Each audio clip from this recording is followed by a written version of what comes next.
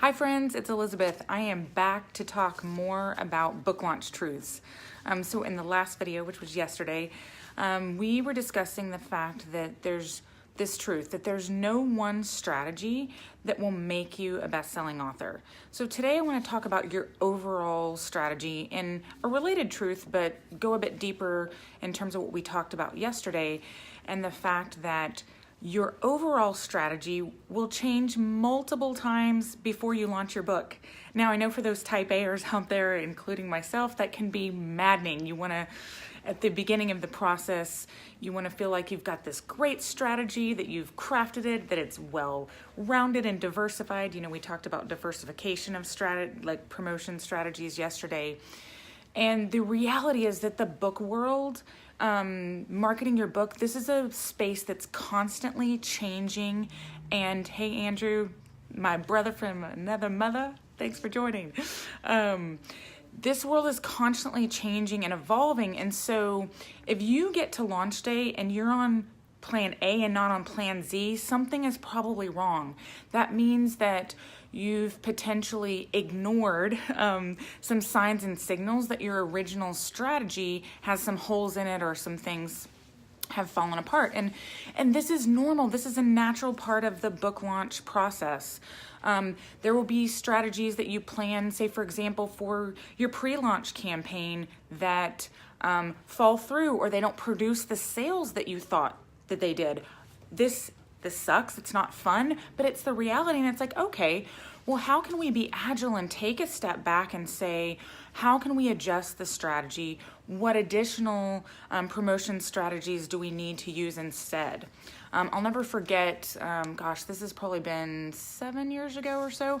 I had a client who, one of the big promotions that he had lined up for his launch was basically the equivalent of Oprah promoting his book. It was, I can't say the name, but it was a celebrity that was going to be promoting his book to her huge community. And because of some current events and news that came through 2 days before his launch, this incredible promotion that he had hung some hopes and dreams on fell through because of a larger news media event, and that's so disappointing. And I've been there so many times with clients, and it's just part of the journey. And so if we know that our strategy is going to have to adjust multiple times before, during, and after the launch, during the pre-sale period, during the launch itself, and after the launch, as part of the follow-through, to be willing to adjust the things that you had planned and to be present for what is possible. So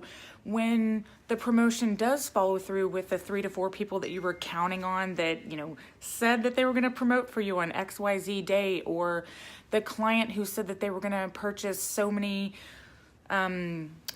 copies or hundreds of copies of your book in terms of bulk sales, to, instead of feeling frustrated and trying to hold on to that original strategy, to say, okay, it's time for me to pivot, and where can I go where the energy is flowing? Who else wants to purchase my book? Who else can I talk to about bulk sales? Maybe I can build a relationship with this organization that might want to interview me for their newsletter, or they're looking for podcast guests. So be agile. Look for ways to adjust and change, because when you are agile and you're willing to adjust your strategy, you're actually going to see opportunities that you hadn't planned for and that you haven't recognized before. So in yesterday's video, I actually mentioned this, but I want to this example, but it bears repeating.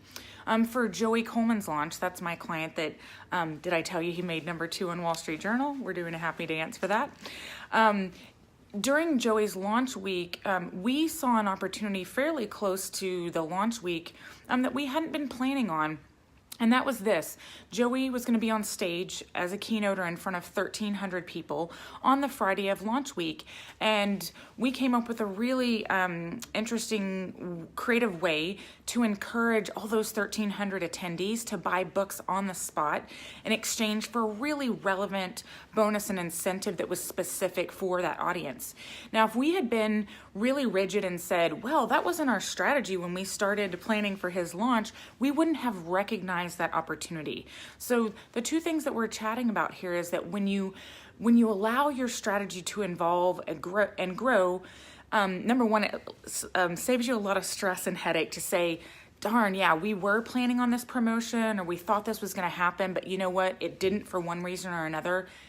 Okay, let's pivot and go to where the opportunities are.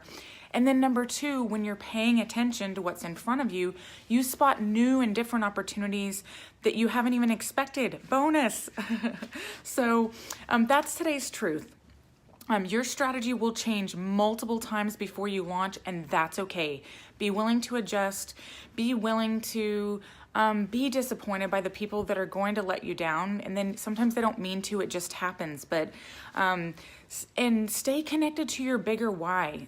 There's so many like ups and downs, which spoiler alert, that's part of what I'm going to be talking about on tomorrow's Book Launch Truths video.